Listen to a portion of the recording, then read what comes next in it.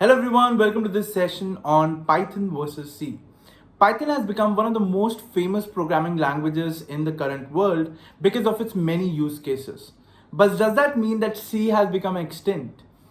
Do you know that Python was actually developed using the C programming language? Right? So we will be discussing more such facts in this video today, where by the end of this video, you will know which programming language you should prefer in order to make a successful career in the IT world. But before we move on, guys, if you haven't already, please subscribe to the Intellipaat channel and also click on that bell icon to never miss out on any updates from us. So now let's go ahead and understand the agenda. Alright guys, so first we are basically going to discuss why Python is so special, and then move on to discuss why you should actually go ahead and learn C as well. Once we're done with that, we'll move on and do a detailed comparison between Python and C and discuss points like architecture, execution, pointers, garbage collection, and more. Once we're done with that, we'll move on and we'll do a conclusion where we will decide in which case you should learn which programming language. Alright guys, so this is the agenda for this session. I hope it's clear to you. Now let's move on and start off with the first point, which is why Python is so special. Coming to the first aspect in this Python versus a C language comparison, we need to check out what are the aspects that makes Python really special, right? If you're at this video, I'm sure you've heard of Python. I'm sure you've heard of C language, C programming language. And at the end of the day, what are the differences? Well, let's check it out. Now, coming to Python, right? It's a very special language because it is one of the top programming languages in the world today. It was among the fastest growing programming languages. It is still the fastest growing programming language. And guess what? There have been predictions that it's going to be the same for the next decade as well. We're talking about 10 years, guys. So that's how popular Python has become today. And there is a reason for this popularity. It has a wide amount of usage, be it artificial intelligence, be it deep learning, be it web development, be it game development, wherever you think of whatever application that comes into your mind, Python can somehow fit there. That is everything that makes Python special. But then when you think about it generally, right, there's so many things about it. It's a multi-paradigm language where you can work with imperative programming. Imperative programming is a paradigm where you'll be concentrating about the what aspect of program rather than the how. So you'll be wondering on approaching a problem and understanding what the problem is and how you can solve it via programming. And then when you think about functional programming deals with taking an input, passing it through a function and making sure that you get a valid output. And of course, we have object-oriented programming, right? With object-oriented programming, again, every single entity that exists is treated as an object. These objects have some functions, they have some parameters that define the object, and function basically will tell what the object is doing. And then procedural programming, right? See, think about the last 2 points here, object-oriented programming and procedural programming. This is what separates Python from C, as you're going to see in detail in the next couple of slides. But then as of now, it is very vital that you understand that there are multiple paradigms that in fact Python supports as well. It's a high-level programming language. It's strongly typed. It's designed for an object-oriented programming approach, and it's an interpreted language as well. Well, if you do not know what these terms are, what they mean, well, do not be overwhelmed. As soon as we check out the differences, you will have a clear picture of it. Now let's take a quick introduction to what C programming is, right? There is a very good chance that you might have heard of C programming. You might have used the basics of the C language probably when you were in school, when you were in college, or somehow you've been introduced into this before Python became popular as well. So C programming language is a very beginner friendly programming language as it was, and again, this is the reason why it was popular as well. There's wide amount of usage. It's a mid-level programming language. That means that you can do any of the high-level tasks that you require, and in fact you can go all the way until working with low-level functions as well. So whenever we think about low-level programming, think about this. So it's all about designing operating systems, working with that, and making sure you get nifty directly with your processor, and you're writing code that your processor can directly understand, right? So C language is this bridge in between a low-level language, and it serves as a high-level programming language as well. And then when you think about memory, C actually provides certain aspects of dynamic memory handling, and this in fact is a very good thing as you'll check out in the differences we're about to discuss, and then it being easily extensible, where you can add multiple features onto it. And in fact, Python can do a lot, is something you might know or might not know, but then even C can do a lot of things, and each of these languages have their own niche application, and we'll check that out. So C language is amazing at providing recursion functions, where you can use functions inside functions, and you can continuously run a couple of steps, thereby dropping a lot of need to write boilerplate code, or in fact to write even code which is considered redundant in other programming languages. And then when you think about the usage of pointers, C will give you the direct access to memory locations, where you can play around with the memory to access particular values, and you can have memory referencing and all of that as well.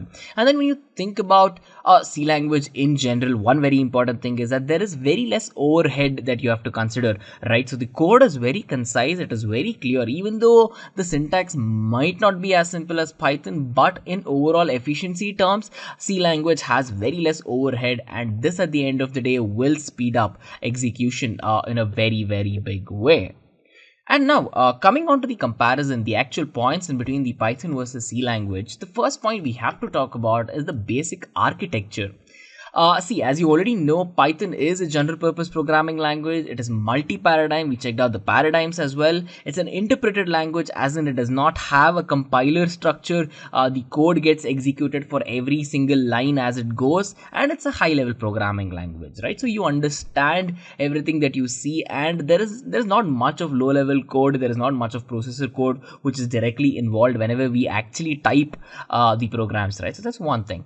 And then when we talk about C is of course built around the entire concept of being a procedural programming language.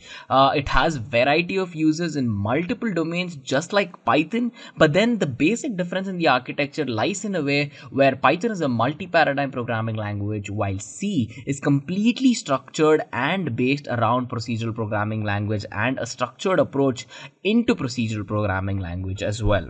Coming to the second point, we have to talk about the execution, right?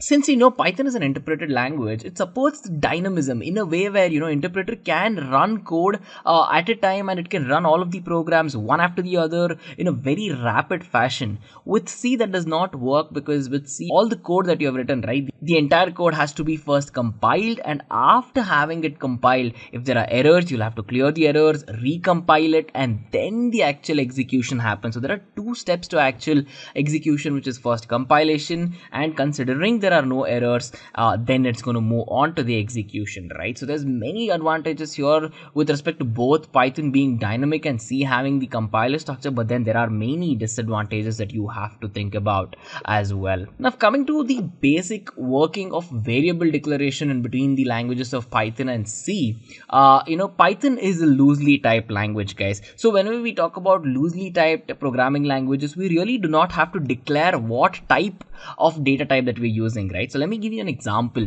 In C, if you want to make use of a number and we want to put this number into a data type, we have to say like int a equal to 3 or something like that. We have to explicitly mention that a is a variable which has integer, right? In Python, you really don't have to do that. All you have to do is say a equal to 3, and Python has the capability to understand that it is taking in a number and it can work with it automatically. So this is an advantage in terms of readability, in terms of reducing overall redundant code, making it very easy for you, and adding efficiency as well. So here, in my opinion, in terms of how you declare variables, since Python is a loosely typed programming languages, you really do not have to type in the variable type as well. So coming on to the fourth point, you have to talk about debuggability. If you're writing code, then debugging is prime, right? So it's not all the time that your code is always perfect. Python, since its interpreter architecture is there, whenever there is an error, right, it stops the program execution right then and there. If you have an error in line 6, it's going to go until line 6 and stop. It really does not have to compile or run the entire program and then tell you there is an error. C, on the other hand, does that. This is little inefficient because of its compiler architecture, where it has to forcefully run through the entire program. It has to compile the entire program first and then tell you if there is an error or not, and you have to fix it, recompile it, and then run it, right? So here it's an advantage that Python has the interpreter architecture as well. Coming on to the fifth point, we have to talk about the built-in functions. If you've either used Python or C or both of these languages, you might have a clear picture of understanding that Python supports an extensive set of built-in functions, right? So think about this. If you are starting a project and you require a programming language to do that, in Python there is a very good chance you'll have a library that can do it, and there's a good chance that you will have a built-in function that can simplify about 90% or 95% of your tasks, and it'll take away all the ability where you have to sit, think and do things manually. This will give you a lot of time, a lot of efficiency, where you can concentrate on the logic of the code rather than working on the syntax as well. So here that's an advantage in terms of Python. C definitely has good amount of functions, guys. It's not that C provides a huge deficit in terms of functions, but then when you think about Python directly, C offers comparatively less number of functions, and with less number of functions you will manually have to write code which does whatever the function was supposed to do. So this will add to the program overhead, and this will add to the length of the code. If it's a simple program, well and good. Think about a very complex application that you might be writing, then it becomes very tough to handle, right? If you do not have a lot of functions that can simplify your code, things can get out of hand and complex really quick. Now, coming on to the sixth comparison point, we have to talk about the usage of pointers. Here is where C takes a bit of a leap ahead of Python. See, Python does not support any sort of usage of pointers because Python is meant to be simplistic. It is a language which was built to keep everything simple, to keep everything minimal, and not let the user worry a lot about memory. So pointer usage is not allowed in Python.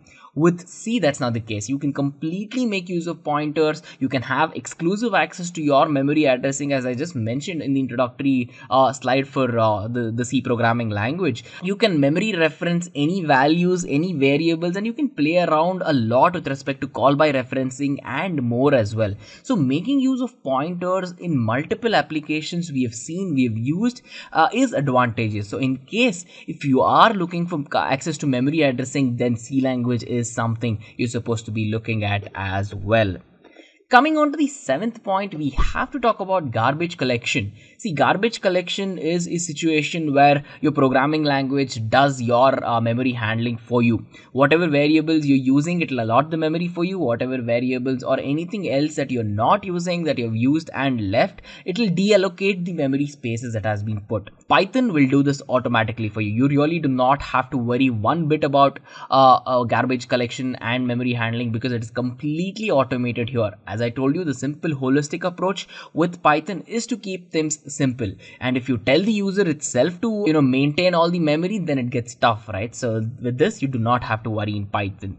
C, on the other hand, lags a little here. It does not offer any sort of support for garbage collection or even automated memory management. So, as I told you, this can be an advantage. If you want exclusive access to memory, yes, this is an advantage. But then if you're not a person who's really into memory addressing, or your application is not really dependent on memory addressing, then you will really have to work on keeping your data efficient, keeping your pipelines very well organized and structured, because you will have to allocate variables, you'll have to work on structuring memory for it, allocating it, and eventually deallocating it as well. So C can be thought about as one step behind in terms of garbage collection as well.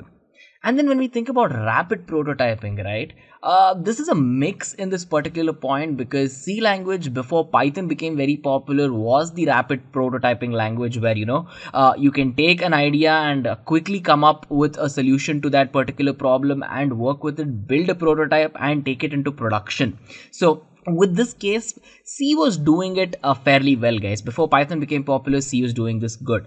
But then when Python came about, right, Python was purpose built for this. The developer of Python said, you know what, this language is going to be built in a way where we'll take a problem and we'll help the developer to make sure that they can quickly go from no product to a quick product, a prototype, and then eventually into production as well. So Python is purpose built for rapid prototyping. prototyping methodology. So in that aspect, C was doing it well, but then it is the common consensus of developers across the globe now that Python is doing it a lot better than C. So what do you guys think about rapid prototyping? Head to the comment section and let us know. And with this, we can check out the ninth point, which we get asked a lot.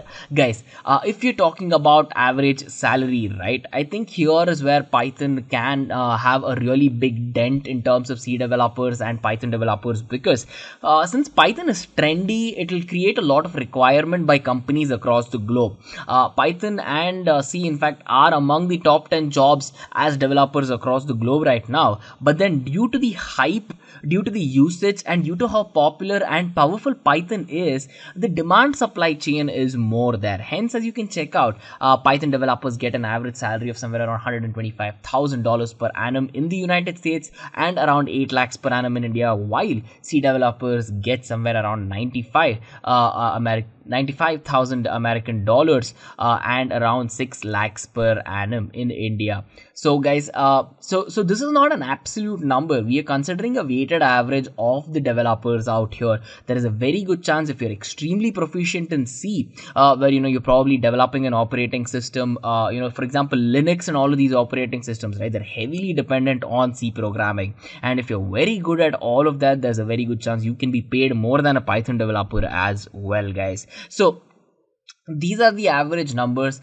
and at the end of the day, whatever is trending will definitely yield more, and we can see that from this slide. Now, coming on to the next point, we have to talk about the usage of multiple variables, right? So Python will give you a lot of mutable and non-mutable data types. So with mutable data types, what happens is you can change the value as and when you require and then work with it. With immutable or non-mutable data types, you values, once it is set, it cannot be changed and worked by the interpreter itself. So this can be an advantage and a disadvantage, because you're separating out your mutable data types and non-mutable data types and keeping it structured. It being an advantage. A disadvantage is that, again, it might get complex or confusing to use all of these mutable and non-mutable data types as well. So unless you have proper training in Python, and unless you've used these data types a lot and you know them in and out, it might be a little complex. So here is where C might keep it simple, because C supports all the standard data types. You have integer, float, character, double, and all of these other variables, strings, and all of these that you can make use of to simplify and keep your learning really concise as well. So at the end of the day, for efficiency with respect to multiple variables, Python might take the step ahead here, but then at the end of keeping it very simple for you guys to learn, C might have done a better job here, in my opinion, guys. Now, coming on to the next point, whenever we're talking about the usage of external libraries, see, whenever you talk about Python, or whenever you talk about artificial intelligence, machine learning, web development, gaming, or anything, Python is the center stage there. We have languages such as Python and R, which is amazing for data science and data analytics as well. And then it has been so efficient there. It's been extremely efficient. It's been so efficient there, it is scary for all the other programming languages, guys. Python is doing a wonderful job in these domains, and it has hundreds and hundreds of libraries that can easily do complex tasks and let you work on the logic rather than letting you work and wasting your time on syntax and all of that as well. And C is no less. C has good amount of libraries, right? When you directly compare it to Python, C might not be so powerful, or it might not provide you with hundreds of libraries, but then there are sufficient amount of libraries to get started with as well. So whenever you think about this point, keep in mind that C was purpose built for something else and Python was purpose built for an application as well. And then, both of them really got out of hand and became very powerful and very popular at the end of the day. So both C and Python can take a win at this point, because there really is no win. Python of course being popular, it will get a lot of attention since it's an open source language, and even C is an open source language. Python will have developers across the globe pushing out new libraries, new versions of existing libraries, for deep learning and machine learning. You have Keras, you have TensorFlow, you have so many of these, right? For gaming there is Pygame, for web development there is Flask, and all of these libraries will make your task a little easier with Python. It's all about what you require and what your goal is as well. well. With that, I am sure you will have a question that says, hey, how should I choose between Python and C, or in fact, which should I choose as well? See, if your requirement is going from having an idea and taking it into a prototype and making it into a product, then Python is really good at this. It's meant for fast development and it is very simple to do so as well. If you're a beginner, right, as a beginner, taking an idea into a product can seem difficult, but with Python, it's very easy because the syntax is amazing. It's highly readable, and even if you do not know one bit about Python, you can take a look at the code and you can start guessing what Python does. So it's really that easy to get started. I'm sure all of you agree with this point as well. So if that's your requirement, then you really should look at Python. But then whenever you have any processor intensive applications, 3D animations, designing, or even building operating system architectures, right? So think about Linux. There's multiple flavors of Linux and derivatives of Linux which have its kernel and a lot of other things built by C programming language. So if your requirement is something around that, something around a processor intensive application, then there is absolutely no beating the C programming language in this domain as well. So what's your requirement and what do you pick among Python and C language, guys? We would absolutely love to know your opinion on this and what you side with as well. I'm sure each of you have your own requirements and each of you have your own favorite as well. Head to the comment section and do let us know. We can have a conversation there. Well, guys, with this you have reached the end of this comparison between Python versus C programming language, and I can't wait to see you on the next one.